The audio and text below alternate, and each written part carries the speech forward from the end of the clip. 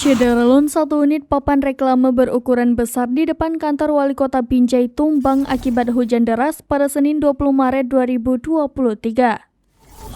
Ketika papan reklame roboh, saat itu juga ada warga yang melintas di Jalan Jenderal Sudirman, Kelurahan Kartini, Kecamatan Binjai Kota Binjai itu. Akibatnya, seorang wanita pingsan dan dibawa oleh sejumlah Satpol PP. Pada saat papan reklame tumbang, Ewin mengaku memang situasi lalu lintas di lokasi tidak begitu ramai. Namun, informasi yang diperoleh, atas kejadian tersebut satu unit mobil Avanza tertimpa papan reklame. Bahkan, seorang wanita pingsan setelah menjadi korban. Belum diketahui secara pasti apakah wanita itu merupakan pengemudi ataupun penumpang mobil Avanza yang tertimpa papan reklame tersebut.